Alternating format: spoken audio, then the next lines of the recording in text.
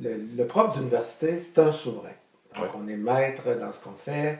On peut passer beaucoup de temps, on peut choisir par moment de manière très précise d'intervenir dans la sphère publique, mais en gros, ça ne fait pas de mal à personne, c'est limité, c'est pas omniprésent. Tandis que dans l'action, et on fait des erreurs, mais nos erreurs, nos collègues nous critiquent dans un article, ça ne fait pas grand mal. Mais en gros, dans l'action politique, il n'y a pas de filet de sécurité, et si tu fais des erreurs, ben là, ça paraît plus gros, etc. Il faut que tu apprennes à vivre, à supporter le regard de l'adversaire, mais aussi le poids de la critique. Et dans ce sens-là, l'action politique, ça te durcit, ça te permet d'accepter la critique davantage. L'autre dimension de la relation entre le prof d'université dans l'action politique, c'est que le chercheur, professeur, est habitué d'aller en classe. Et en classe, sur 20-25 ans, tu apprends à cristalliser ta pensée, à préciser tes idées, à t'exprimer de manière plus claire, sans vouloir être méchant envers la classe politique au Québec, au Canada ou dans le monde.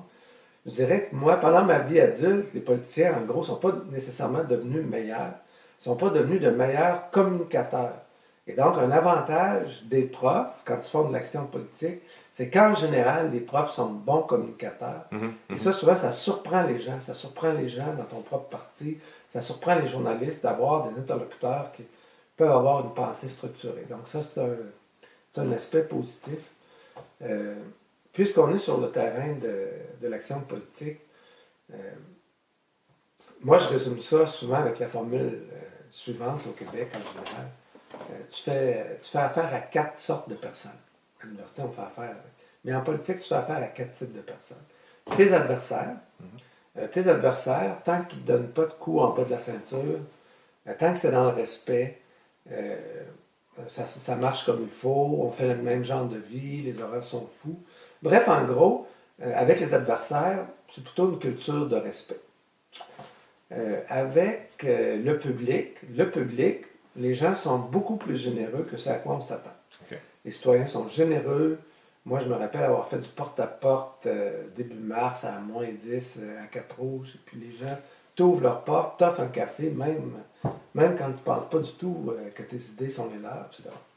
Deuxième sorte de public, les citoyens, ça se passe plutôt bien.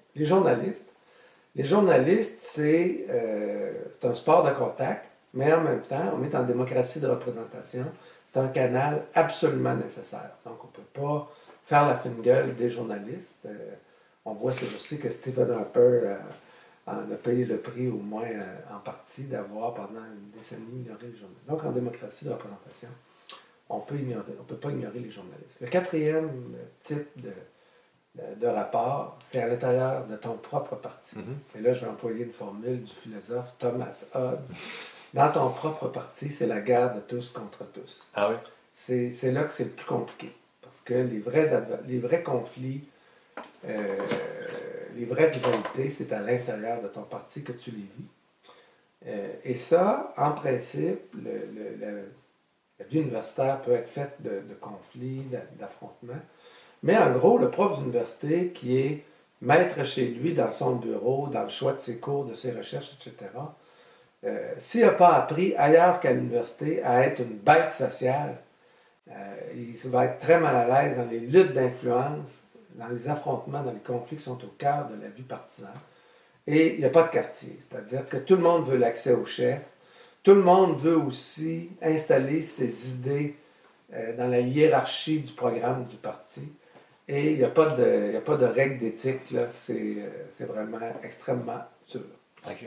Et donc, moi, je dirais, finissant ce que j'ai à te dire là-dessus, que le fait d'avoir été élevé dans un quartier plutôt rough de Québec, ça m'a été beaucoup plus utile que le doctorat en sciences politiques pour faire de